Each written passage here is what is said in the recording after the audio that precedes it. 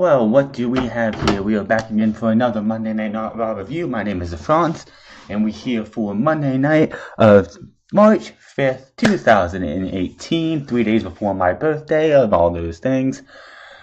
Tonight was a one-segment show, in my opinion. Everything, well, two really, if you want to say, well, Paul Heyman just showed again why he is one of the best promos of all time. But for other things, it was pretty much a one-segment show, which was the opening segment with Triple H, Stephanie McMahon, Ronda Rousey, and Kurt Angle, and we did get Ronda Rousey's match, which we all saw coming, even though we knew that The Rock was the more desired person for this match. They could not get him. I knew they were not going to get him, which this goes back to before that segment happened at WrestleMania 31. They knew they were not going to get The Rock. By that time, The Rock was not allowed to wrestle anymore, or movie studios were not going to work with him. So we're getting Kurt Angle and Ronda Rousey versus Triple H, and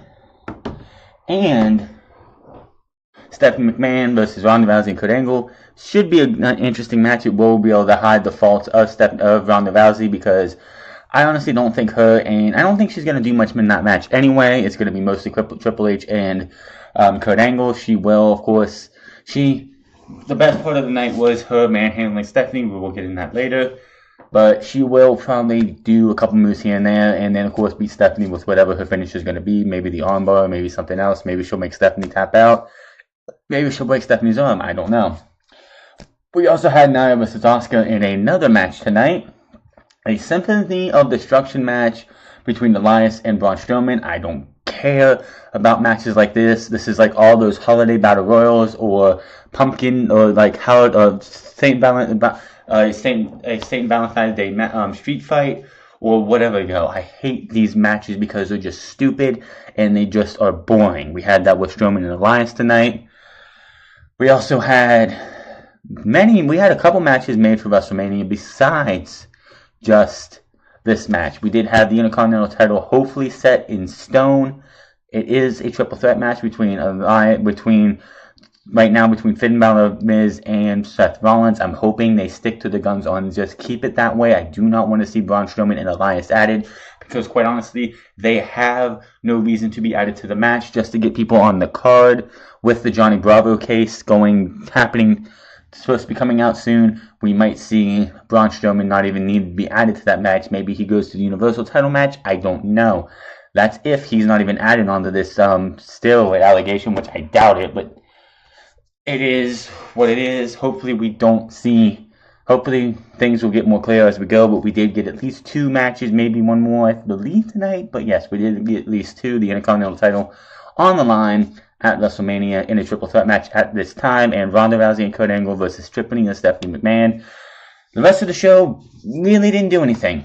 They didn't do anything really much. They did have Alexa Bliss, and this Nia and Asuka match.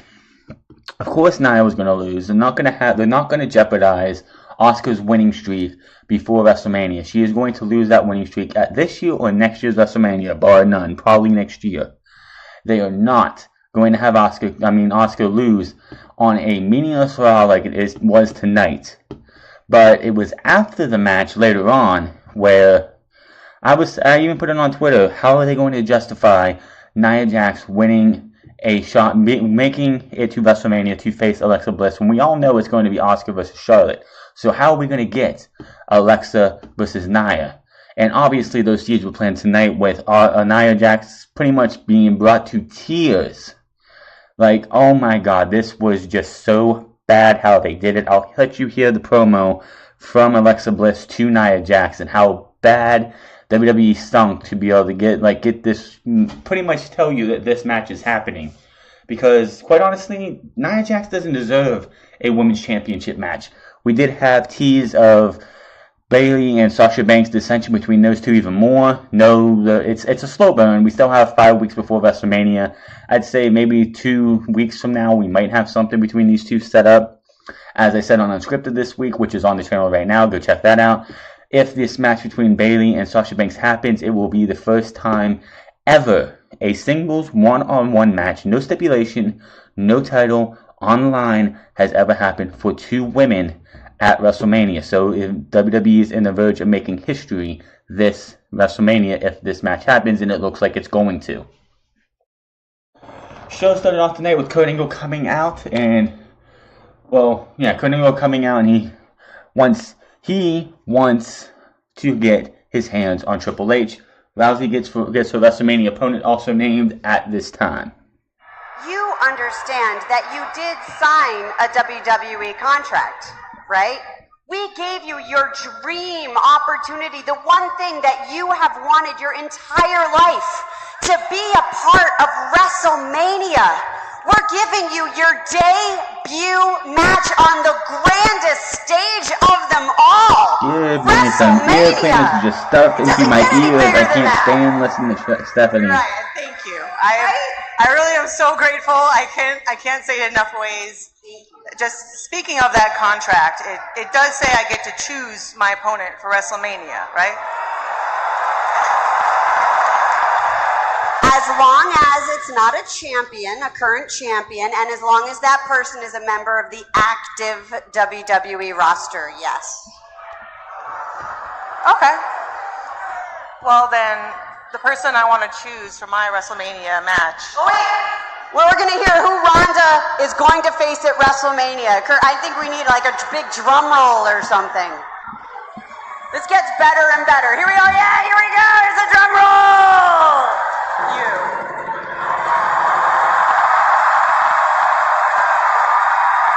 If you didn't hear it, she pretty much walked over to Stephanie and just said, "You." Stephanie has this look on her face, is like, what? No. Stephanie!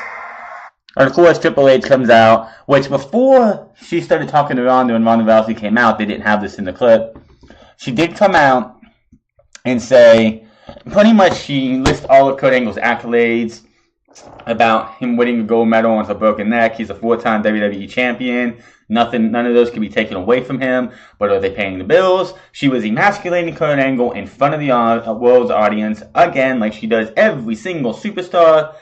And it's just the same old shit for Stephanie, just a different fucking day. I'm just glad what happens at the end of this. She did get something that coming to her that she should have had all along. Of course, she did tell Kurt Angle, who called out Triple H, that Triple H was not here yet. But then, of course, that was turned out to be false, as you hear.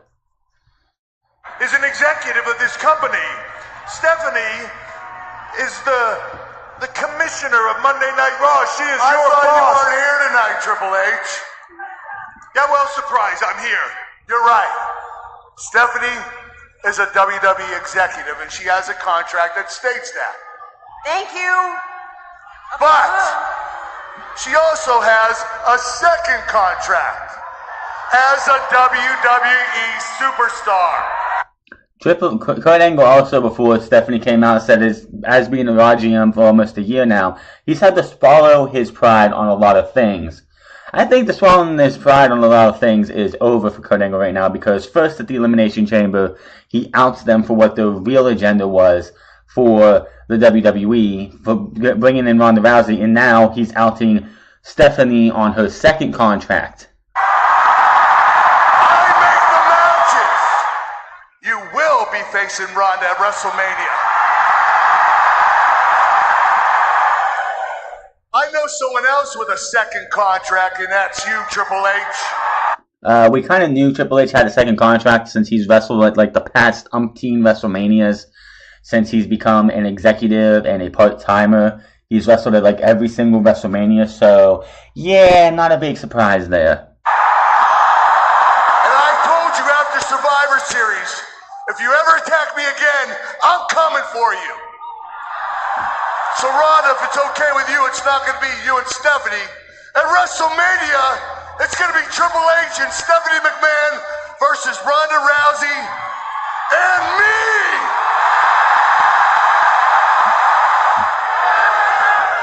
So Stephanie comes up to Kurt Angle and starts talking off microphone. Don't know what the hell she's saying. She's just going completely crazy on him. She winds up and Ronda Rousey just grabs her arm and just pulls it back, ready to just rip it out. Hold on. Whoa. Hey, now, calm down now. This doesn't need to go this way. Ease on the fingers there. We're just going to get out of here. It doesn't need to go down this way. Turns around and tries to strike Kurt Angle, and him and Kurt Angle go to blows at each other. He stops Triple H. Angle was ready tonight. Kick in the corner by Triple H. Angle gets the ankle lock on Triple H. So tries to. That's the COO. You can't do this, Kurt. Turns and tries to pull around, and Triple H knocks him into a corner. Stephanie comes in and decks Ronda from behind, which was not a good idea. And Stephanie bails from the ring. And now Stephanie running away from Ronda Rousey. Triple H goes to pedigree Kurt Angle. Triple H looking for a pedigree on Kurt Angle. Triple Angle gets out of that and puts Triple H in the ankle lock. And this time he's got it locked in. Triple H. Yeah, he's really making Triple H pay this time. Gets down and gets him in the big time ankle lock. Stephanie is able to pull Triple H out of the ring. And this is when it gets good. Crowd's booing. Oh, they're getting away with it. There's nothing going to happen to Stephanie at this time. We're going to wait till Mania. Ronda's like, I don't think so. Rousey's not done.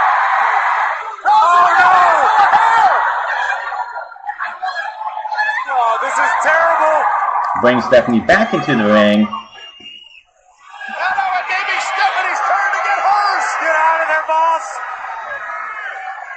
Rousey just grabs her with both hands and then pulls her up into a fireman's carry. And then she lays her out with the Samoan drop. The best thing I've seen on Monday Night Raw in a very, very long time.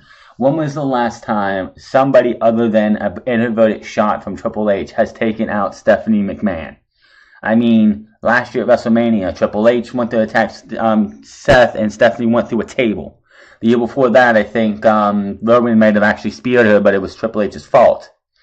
But that's the first time, really, anybody has got their hands on Stephanie.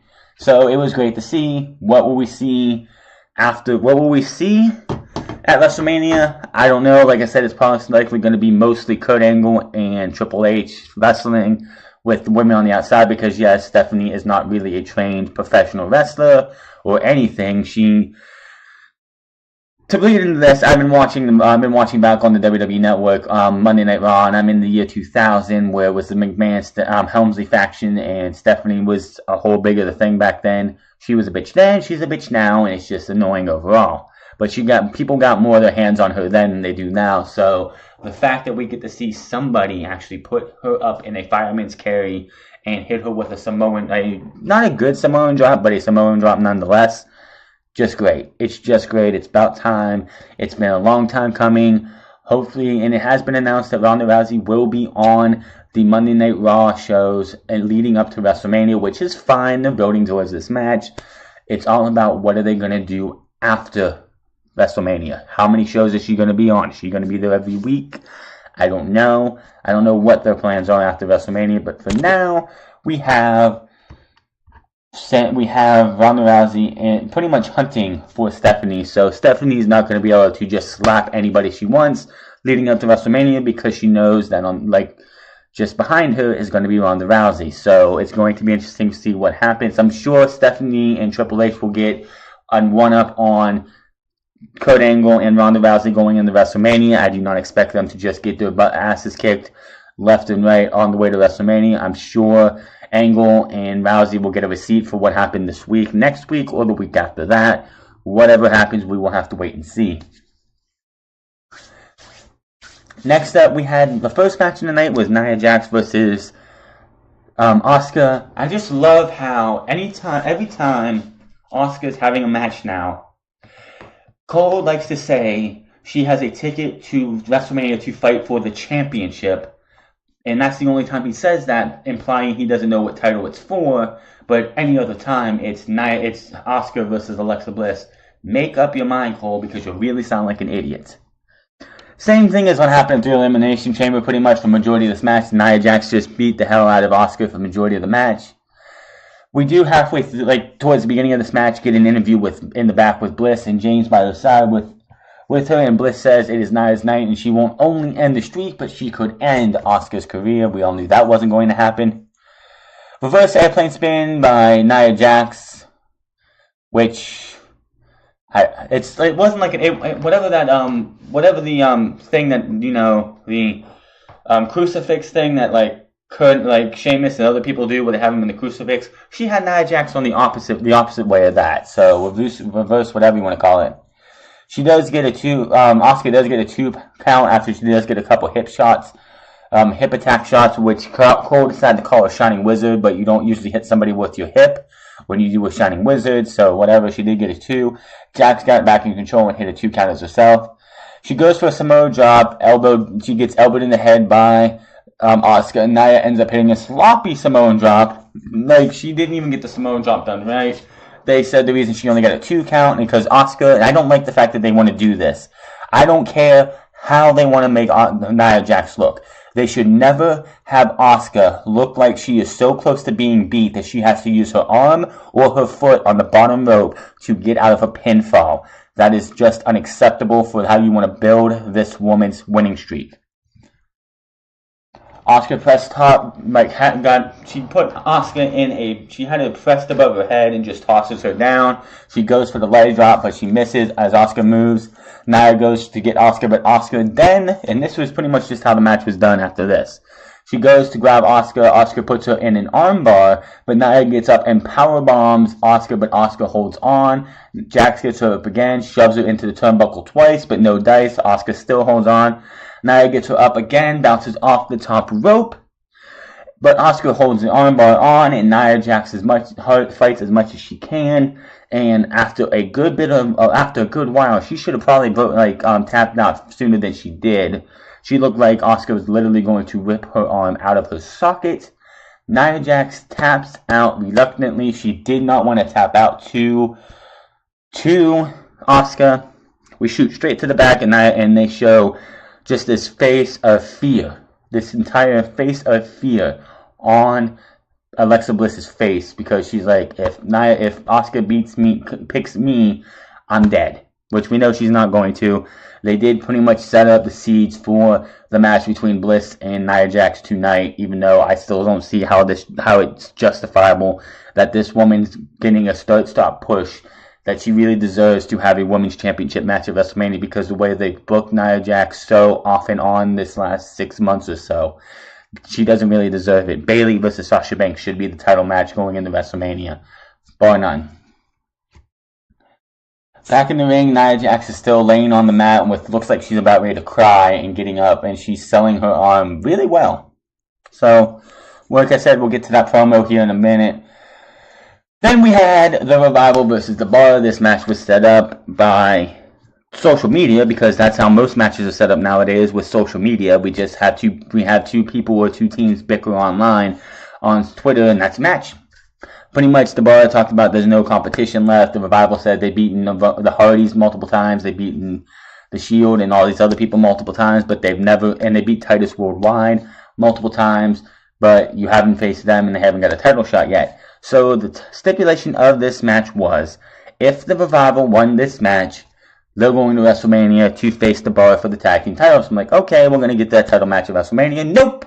They had The Bar win with a neutralizer, which I don't think we've seen Cesaro hit the neutralizer in a long while.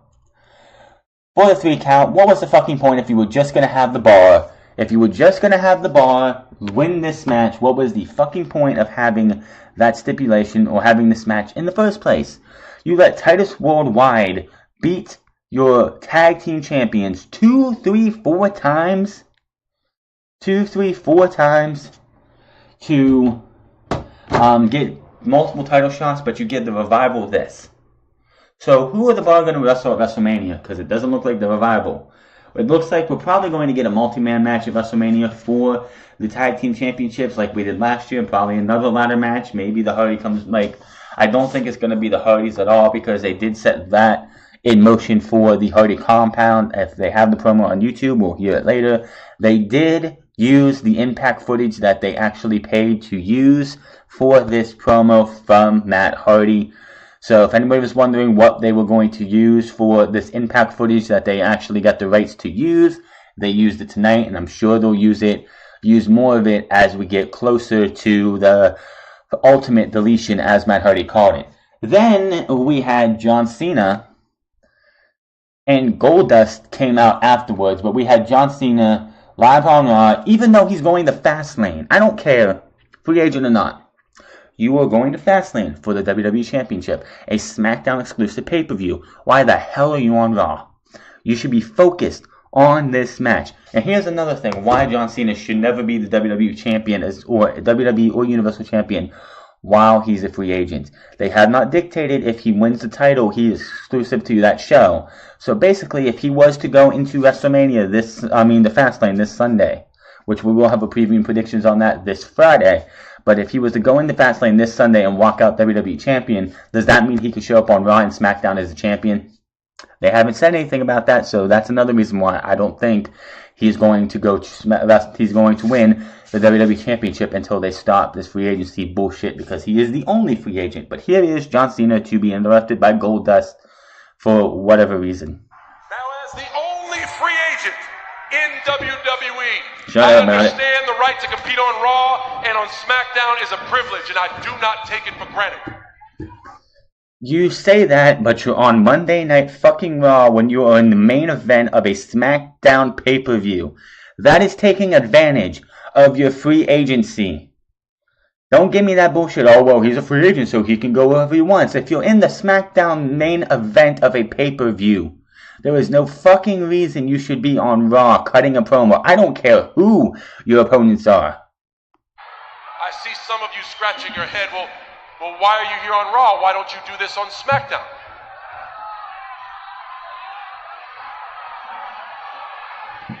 It's not that easy. You see, this Sunday at Fastlane, there is a six-pack challenge for the WWE Championship. And with what I have to say tonight, there is no way Baron Corbin, Sami Zayn, Kevin Owens, Dolph Ziggler, and above all else, AJ Styles will just sit by. You know who's all in the match. Wow. You want a cookie for knowing everybody who's in the match you're against? Ooh, I should be so congratulated that you actually can remember that without having to read something on your sleeve. Again, that is no excuse for being on Monday Night Raw. You are in the SmackDown main event. You're pretty much saying SmackDown is not fucking worth my time, so I'm going to come to Raw to do what I want. That is just bullshit, and this is another reason why this whole free agent garbage for John Cena should not be happening, period. I don't care who the hell you are. Allow me to say what I have to say uninterrupted. So what? Because this is it. This Sunday at Fastlane, a record that has stood for nearly 20 years Bullshit. in the WWE Bullshit. will be broken. Bullshit. And for the past few weeks, I have been smothered in criticism. If anybody thinks that Ric Flair's 16-time world record is even is his real record, you're blind. You're a blind fool, because Ric Flair has 20-some world titles to his name. The fact that WWE only wants to acknowledge 16 of them is their problem, not the fact that it's fiction, not fact. That I have just been handed every piece of success, that I do not earn opportunity, and the only reason I stand here is to hold people back. And every single one of those things is true. Yes, in 2002 you were given an opportunity, you took advantage of that opportunity, but what has happened since then? You've held down Dolph Ziggler, you've held down Kevin Owens, you've held down Sami Zayn at one time, you've held down Wade Barrett, you held down Sheamus, you held down everyone else. If it wasn't for the Shield being together, you held down and destroyed anything the Nexus would have. So you just sit there and probably say, oh well, I don't do all this stuff. You're fooling yourself, John. I was not given success. I was given a chance. In 2002, yes, again, you were given a chance. Then Vince McMahon's like, well, I can give this guy a chance, and he went with it. Then, as time went along, other people came up, and you held them down because you didn't want your spot taken away. And a part of that is Vince McMahon's fault because he let it happen under his watch, but other of it is his fault, John Cena's fault, because he decided he wanted to play the political card and keep his spot where it is by hurting other people. You want to know why? The WWE has to rely on Stone Cold Steve Austin, Brock Lesnar, Goldberg, and all the other people. You can look at John Cena as being a major reason why the part-timers are a thing in WWE. And with that chance, I earned opportunity when I beat AJ Styles in the middle of this ring. 1, 2, 3. And amidst all the adversity and opinion, I have not, am not, and never will be a man to step in this ring and hold anyone back. Zack Ryder, Dolph Ziggler, King Barrett, the Nexus, the Shield the Shield if the Shield wasn't a tight-knit group, you're damn straight they wouldn't be the popular team that they are. Ryback, Mark Henry, I can go on and on and on if I can think of some more, but there's many, many more that I can't think of right now at the top of my head, but if I actually had time to think, I could list them all down. I win on Sunday, the critics will come from everywhere, saying I've robbed AJ Styles of a WrestleMania moment. Yep. No. AJ, I am encouraging you to make a greater WrestleMania moment. Use your rematch clause right away. And on the grandest stage of them all, for the WWE Championship, it will be a triple threat match. Nobody wants to see that. Shinsuke Nakamura versus John Cena versus AJ Styles at WrestleMania. Nobody, and I mean nobody, wants to see a triple threat match. And don't put it past Vince McMahon to have, it's not going to be John Cena. He's going up against The Undertaker. Plain and simple. That's going to happen. They ain't going to name drop The Undertaker like they did last week without it actually happening. So John Cena might even eat the pinfall. Quite honestly, I will talk about this more in Fastlane's preview predictions this Friday. But John Cena is most likely going to take the pinfall in that match because this whole entire thing of him failing to win the WWE Championship, get into WrestleMania, would mean more if he's the one to eat the pinfall. But it would not put it past Vince for him to have John Cena say that for it not to happen, but not John Cena, Dolph Ziggler, or Kevin Owens, Sami Zayn. Baron Corbin's not winning the WWE Championship. One of those three. Well, probably, Dolph Ziggler or Kevin Owens. Nobody else. It's either going to be AJ Styles, Dolph Ziggler, or Kevin Owens. Those are the three people who are going to win that match. There he is, ladies and gentlemen. And for whatever reason, as soon as John Cena said that, Goldust music hits. He comes out and makes these, I don't even know what the hell he's talking about half the time in this promo right here, but I don't even know why they did this. Your leading man, John Cena. Like I said, this is going to be interesting.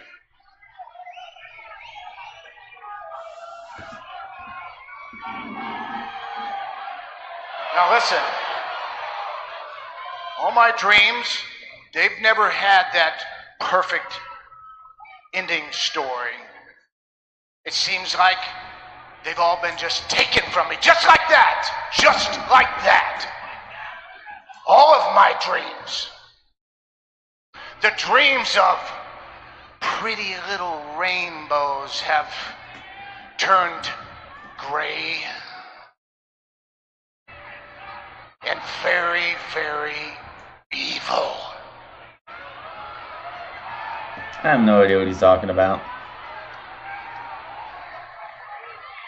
That ends today.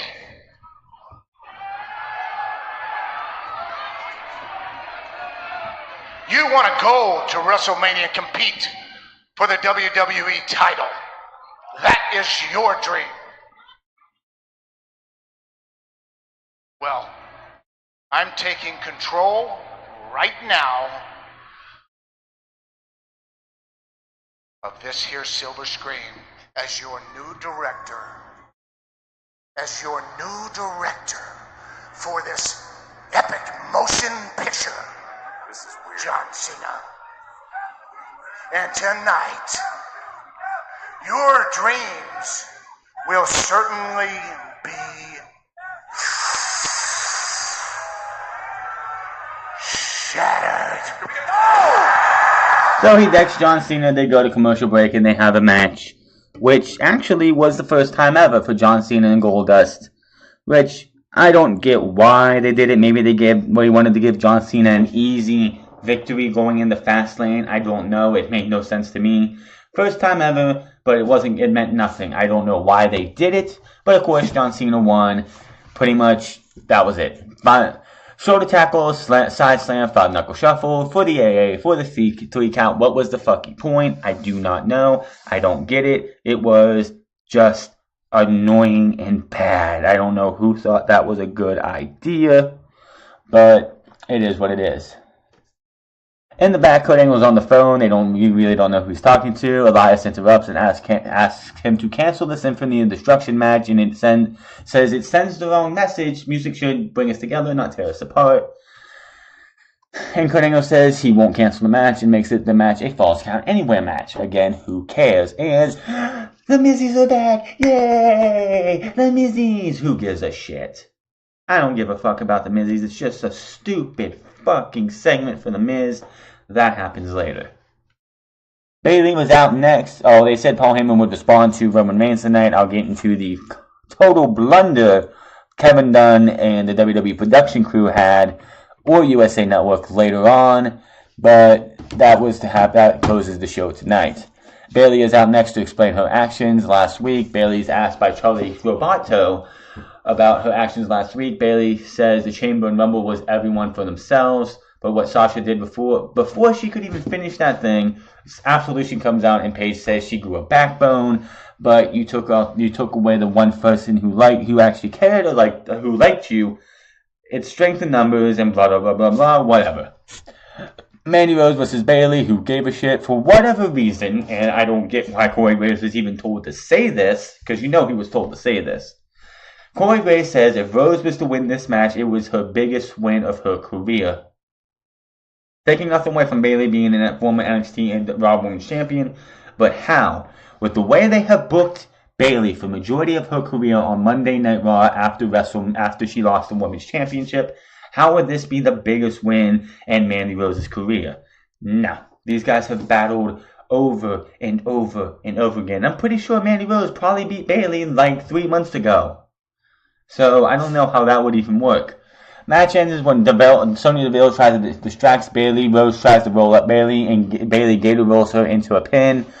And she pins Rose for a 3 count. Who really cares? After the match, Bayley gets beat down until Sasha Banks makes the save and chases Absolution off. She helps Bayley up and raises her hand. Sasha goes for a hug, but Bayley refuses the hug and walks away from Banks and heads up. The slow burn for this continues. It will come. It will come. This next thing was one of the worst things I think they could have ever done for WWE and this women's evolution.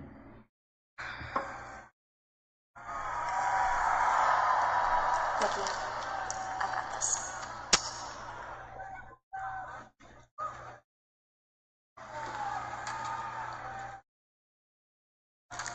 I know you're unbelievably disappointed. You lost at Elimination Chamber, which means you're not going to WrestleMania, and you lost again tonight. I know you're so disappointed in yourself, and I've never seen you give up like that. It just must be so embarrassing. But I don't want you to feel like a failure, and I don't want you to feel like you've let yourself or your family down. Nia Jax really isn't liking what she's saying, but it just gets worse and worse. This is just awful, like completely. This should have just been scrapped with how bad this gets. And I want you to know you have friends. And even though you're not on the WrestleMania card, I know next year you will be. We still got 5 weeks on Alexa. Don't be ashamed of what just happened. You should be proud of yourself and realize everything you've accomplished in such a short amount of time. So we're just gonna pan over to Nia and just get her reaction. Look what you've overcome. Your entire life you've been an outcast. You've been bullied, scorned, all because you were just so much bigger than the other kids. And even now, when we walk in the airports, I see how people look at you.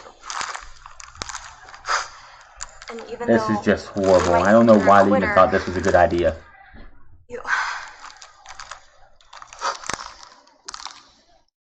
can't let this be your downfall, Nia. Because if you do, everyone will lose all respect for you.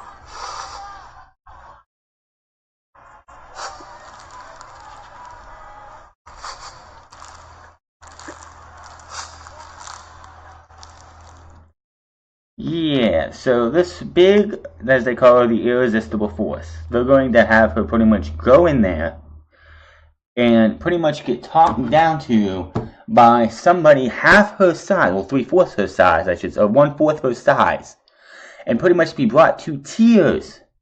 Who thought this was a good idea? This does not help Nia Jax at all, and this is how they're going to justify her getting the Raw Women's title match at WrestleMania against Alexa Bliss when next week we find out Asuka's going for Charlotte. You gotta be kidding me. This was just so bad. Who thought this was a good idea? Bliss just pretty much went in there and in her own bitchy way, in her own subtle way, just pretty much talked down and made Nia Jax feel like total shit. Who sat there and thought this was a good fucking idea?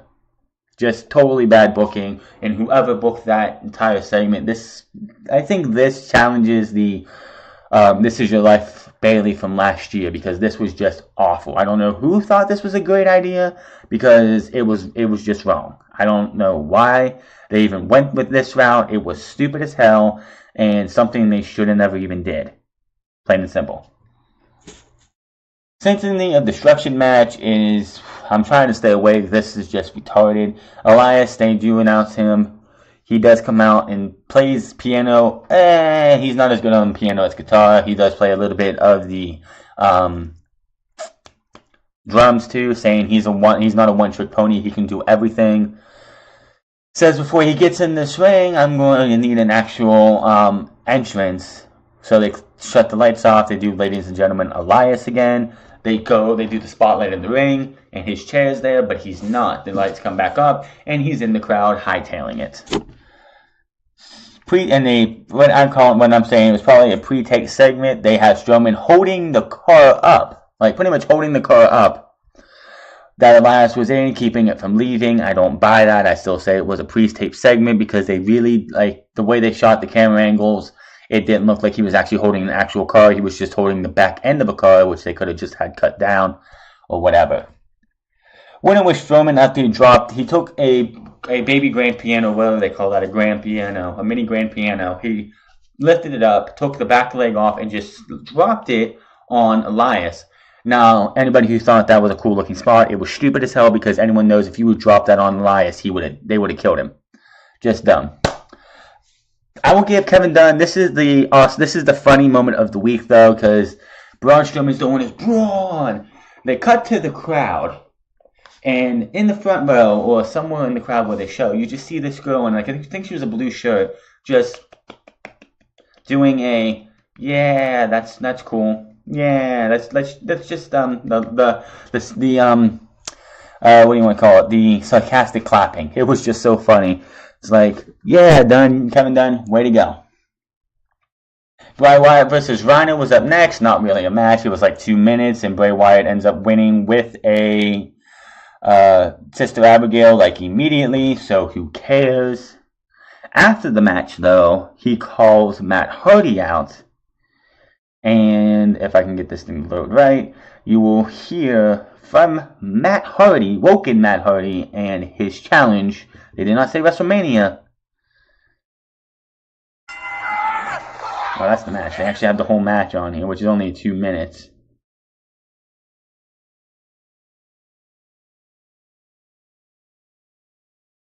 Show your face, you coward! The final deletion is far from over, my friend. The Great War is far from over. Show your face, man, I promise you. Yes. Bray Wyatt, I concur. The ultimate deletion. Is far from over. Yeah, we know. Wish to clash once again. It cannot be contained inside the mortal realm known as WWE. I'm putting a copyright strike for these this music. Of such cosmic combat.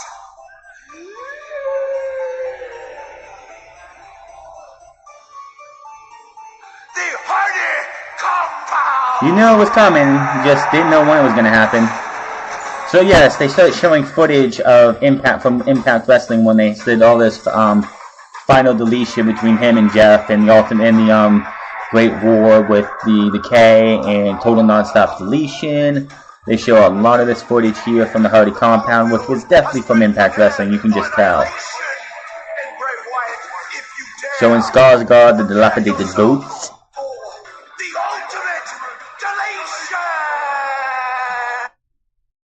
So, yeah, that's going to be happening. Who knows when? Who knows when, but that is Matt Hardy. And, yeah, the Mizzies were up next. Let me go puke my dinner up because I'm just sick to death of this entire The Mizzies thing. I'm just so tired of the whole. And again, as JD from New York put on Twitter, Miz once again shows that his mouth is more important than the IC title because he's pretty much done nothing for the IC title or with the IC title. Pretty much he was like, he did his, best best person for patting themselves on their back. He said Finn Balor and Seth Rollins, and he said the wish decision from the GM, Kurt Angle wins, whatever. And then Seth Rollins and Finn Balor come out and interrupt him one at a time. Seth, of course, comes out first. Finn comes out after him. And then Miz challenges them two to a 3-on-1 handicap match against the Miztourage, in which they accept. You have Miztourage versus Balor and Rollins. Balor and Rollins trash talk each other a little bit during the beginning of the match. Who cares about the combined days of a championship, in my opinion, as they wanted to talk about how he's going to beat Pedro Morales or whoever it was. I don't care. I don't care about your combined title reign days.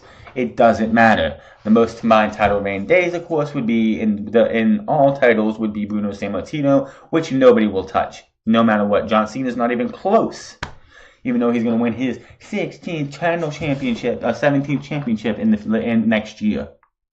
So yeah, don't care. Winners were Balor and Rollins after Balor tags himself in while Rollins was on a hot streak.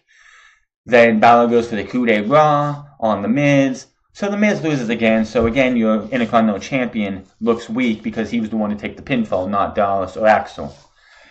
Angle comes out after this match, announces that it's going to be a triple threat match at this time, Miz versus Balor versus Rollins, and it better stay that way, plain and simple. Heyman's here to respond to Roman Reigns next, and let's see how Roman does against the promo master this week. Now, this, I don't know who was at fault. I don't know if WWE and Kevin Dunn was at fault or USA Network. They go to commercial break after the announcement of the triple threat match. It's like 10:50 something. They started talking about some, I think it was a promo, or like they were going over what happened with The Miz, I believe, before the break. As soon as 11 o'clock hit, this was not SmackDown, this was Raw. As soon as 11 o'clock hit, WWE's Raw feed cut out for a few minutes as USA was going to go to their Unsolved. the murders of Biggie and Tupac. The first episode, they were showing it again. And I'm like, what the hell's going on? We're supposed to have this Heyman promo to respond to Roman Reigns. And I'm like, what the hell's going on?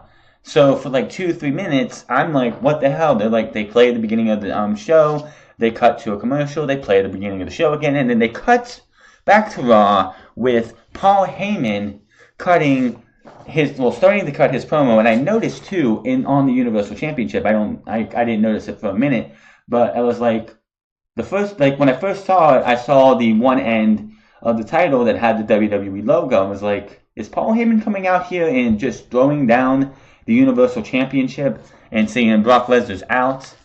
I didn't know what was going on. Of course, when he picked it back up, I didn't notice Brock Lesnar's plate was on the other one. So I was like, is that something? I don't know.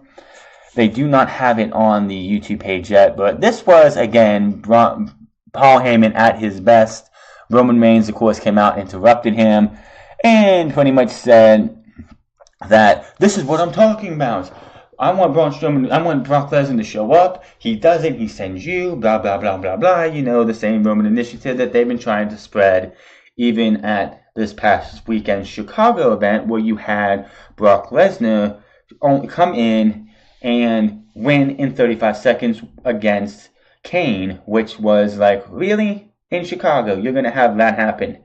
What the hell is wrong with these guys? They're trying to make it seem like Brock Lesnar, like he's right about Paul Heyman, is like, it's just so bad. I don't know why WWE thinks they can even do this shit and people are going to be behind Roman Reigns. If it's going to be 4 years overall. If we ain't behind Roman Reigns yet, we're not going to be around Roman Reigns now. I don't care what anyone says, but I don't care what anyone says. Brock Lesnar versus Roman Reigns. Roman Reigns is going to get booed out of the building when he enters the ring. He is going to get heavily booed out of the building when he pins Brock Lesnar, and what will probably be a 5-minute match at WrestleMania. It is just so fucking annoying. So I don't know why WWE thinks they should go this route with things. It is getting so fucking boring. It's the same shit, just a different year.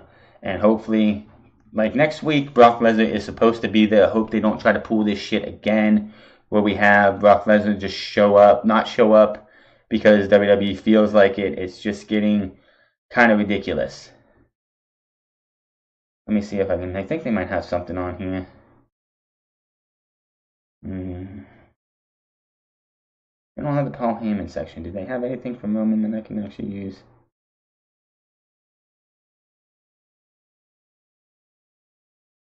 And I'm not even asking for, all I'm asking is that he shows up. They aren't asking for much. All they're asking is that their champion shows up to work. But that's not even enough, y'all. We don't want Brock to just show up. We want Brock to actually want to be here. Just this political garbage of having Brock, like Roman Reigns trying to act like he's the hero of WWE is just fucking nauseating. He's going to be in Detroit next week for Raw. Well, that means so am I. I want you to tell Brock that he can say whatever he wants to my face. But you just make sure that he doesn't come dressed for a promo segment. He comes dressed for a fight. Same old political bullshit. It is getting so nauseating to have to hear this over and over. They're like, well, last time, and I'm just hoping that when we get to the go-home show, which the reason, there's a rumor going out that the reason Brock Lesnar wasn't actually on Raw last week is because, thanks to WWE's short-mindedness, he used up all his contractual dates to WWE, and he doesn't have to show up until they get him a new deal. There's also a rumor going around that he's going to be linked to this Johnny Bravo case when this documentary that comes out in the coming days, that he's going to be one of the 15 superstars, which I can buy, and that he admitted, supposedly in this rumor that he admitted to WWE and Vince McMahon himself that he has had contact with WFN and Richard Rodriguez. So WWE can't sign him, doesn't want to sign him to a new deal, a long-term deal, but they want to sign him to enough dates to be able to get to WrestleMania. And since WWE didn't do that, he does not obligated to actually show up. So will he be here next week? I'm hoping so. So we don't have Paul Heyman come out or like Roman Reigns come out and say, oh, well, Brock Lesnar's not here again because yada, yada, yada. I don't think he's actually going to be at WrestleMania and any of that other bullshit that they have him coming out and saying. It's just the same old shit, different day. It's getting so nauseating, and I hope that WWE doesn't do the stupid shit that they did last time with these two, and the fight turns out with Brock Lesnar holds up the Universal title, Roman Reigns grabs it, and they do a fucking tug of war because that was just stupid. But that is going to be all for your Monday Night Raw review. I'll be back here for SmackDown Tuesday. Then we'll be here on Wednesday for a double NXT review because of a death in the family last week and a funeral I had to go to. I wasn't here for NXT. I couldn't bring myself to do it because of the emotions of losing a family member. So I will watch last week's and this week's NXT, do them at the same time, and go from there. Then we'll have a preview and predictions of the Fastlane pay-per-view on Friday, Saturday unscripted, and then of course the review for Fastlane on Sunday, where we see AJ Styles hopefully retaining the WWE Championship and going to WrestleMania to face Shinsuke Nakamura. I do not want to see anybody but AJ Styles winning that match. It's not going to be John Cena unless WWE does not have a plan and Undertaker isn't actually available. We will find out this coming Sunday. And then after that, we're going to definitely see Asuka as well. I'm sure we'll see Asuka on Sunday. She might be there to challenge Charlotte for her title at WrestleMania. But that is all this week. I will see you guys tomorrow for SmackDown, where we will probably have John Cena on SmackDown and the other 5 men getting ready for their Fastlane Go Home show. And I think Fastlane's already set. So I will see you guys tomorrow. And have a good afternoon, evening, and night if you see this. And I will see you guys tomorrow.